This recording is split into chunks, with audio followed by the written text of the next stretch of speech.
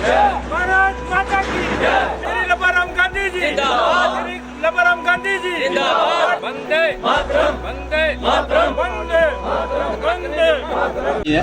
क्योंकि आज ही के दिन 5 अगस्त 2019 को भारतीय पार्लियामेंट ने धारा 370 और 35 को निरस्त किया था।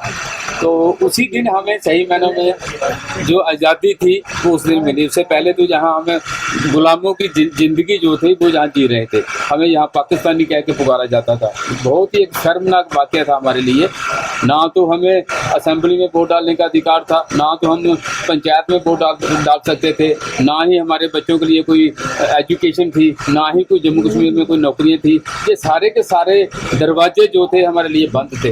लेकिन जब ये धारा 370 और 35 खत्म हुई, उसी दिन से हमने भी अपने आप को जम्मू कश्मीर का नागरिक होने का सौभाग्य जो है वो हमें भी प्राप्त होगा।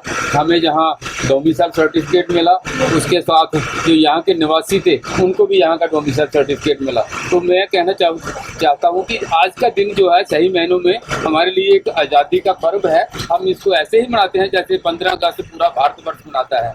तो हमने उस दिन एक फैसला भी लिया था कि जब तक हम जिएंगे ये 5 अगस्त को हम कभी नहीं भूलेंगे। इसको लगातार हर साल सेलिब्रेट करते रहेंगे। कुछ लोग इसे राजनीतिक पार्टियां जो हैं वो तो अपना उल्लू सीधा करने के लिए कोई ना कोई हथकंडे जो हैं वो अपनाती रहती हैं। रही बात यहाँ आज कांग्रेस वाले ब्लैक डे मना रहे हैं, तो मेरे ख्याल उनके लिए बड़ी शर्म की बात है। उनको ऐसा नहीं करना चाहिए। आज हम अगर 75 साल यहाँ गुलामी की जंजीरों में जकड़े रहे तो सारी की सारी देन जो है वो कांग्रेस पार्टी को जाती है।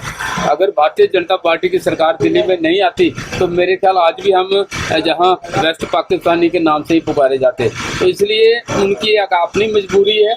हम तो उनका शुक्रिया अदा करेंगे भारतीय जनता पार्टी का, भारत के प्राइम मिनिस्टर का, भारत के होम मिनिस्टर का, जिन्होंने दृढ़ निश्चय लेकर धारा 370 और 35 को खत्म किया और हमारे जैसे जो गरीब परिवार जो 1947 में बंटवारे में आए थे उनको यहाँ पे आज़ादी दी। क्या अभी भी आप इसलिए बहुत पेंडिंग है। मैं कहना चाहता हूँ कि पिछले मार्च महीने के 19 तारीख को यहाँ कंपनसेशन की एक किस्त पड़ी थी हमारे लोगों को।